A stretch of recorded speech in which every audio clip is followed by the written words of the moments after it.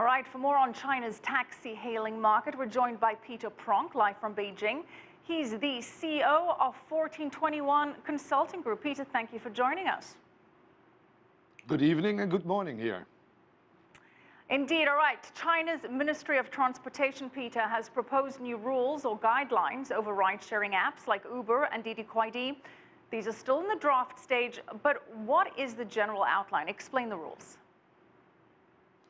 Well, with this outline, they at least try to organize and to regulate the rules and the execution of private hailing cars. And what we see in the past, it was a gray area. Everybody was allowed to do driving people, and although it was forbidden to use or take people in your car for commercial reasons, but in this case, the Chinese government tries to secure the market, but also in this case the consumer, the one who uses this. All right, well, this could be a big deal for Uber. It's raised $1 billion specifically for China. It expects China to be its largest market. Do these rules and regulations pose a growth challenge for Uber and also for Didi Kuaidi?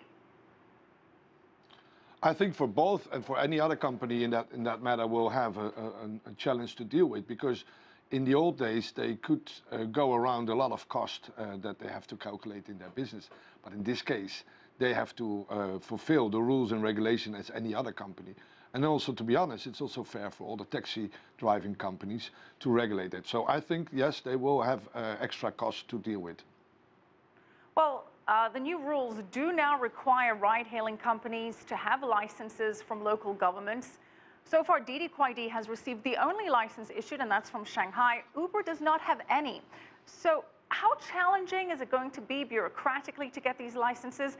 And if a company doesn't have a license, does it mean that it has to stop operating until they get one? Well, all depends on how Uber is manifesting himself or itself in the Chinese market, and don't only see it as a way to get a lot of money from the investors, but also to see a way to serve the consumer on a good level. So in this case, I really think that they should take some time and effort and present a very good plan to the Chinese government that they are able to challenge Didi and other companies in this matter. Well, one of the big issues is that the proposed rules mean that authorities can dictate prices. The Ministry of Transport says that this would be done in conjunction with companies and labor unions. But Peter, is this going to kill the business if they can't be competitive on prices? Where's room? Well, I'm not sure if it's going to kill the business, because every company is very resourceful in trying to organize their own business in China on that matter. So I don't believe that. But they should comply to all the rules, because I think that everybody should keep in mind is that it's not only about the money, it's also about the safety and the regulation for the consumer using this, and also for all the hard-working taxi drivers in China that buys a license, work very hard to comply to all the rules, and if they make a mistake, they lose their license. So I think every company, also the one with big money and a public or stock-noted market, they should comply to these rules. And then let's see if there is a market, and I think the market is big enough for everybody to give a service that everybody needs.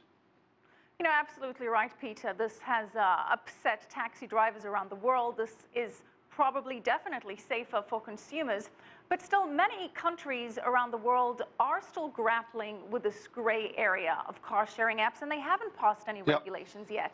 So why is China so on top of this?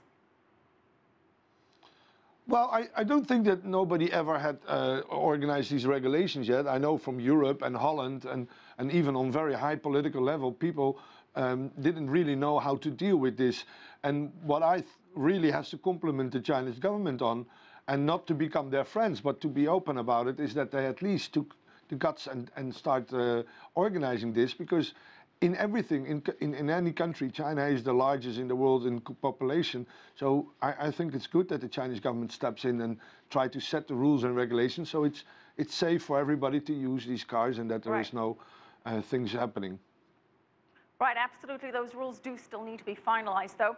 Thank you so much, Peter Pronk, CEO of You're welcome. 1421 Consulting Group. Thank you.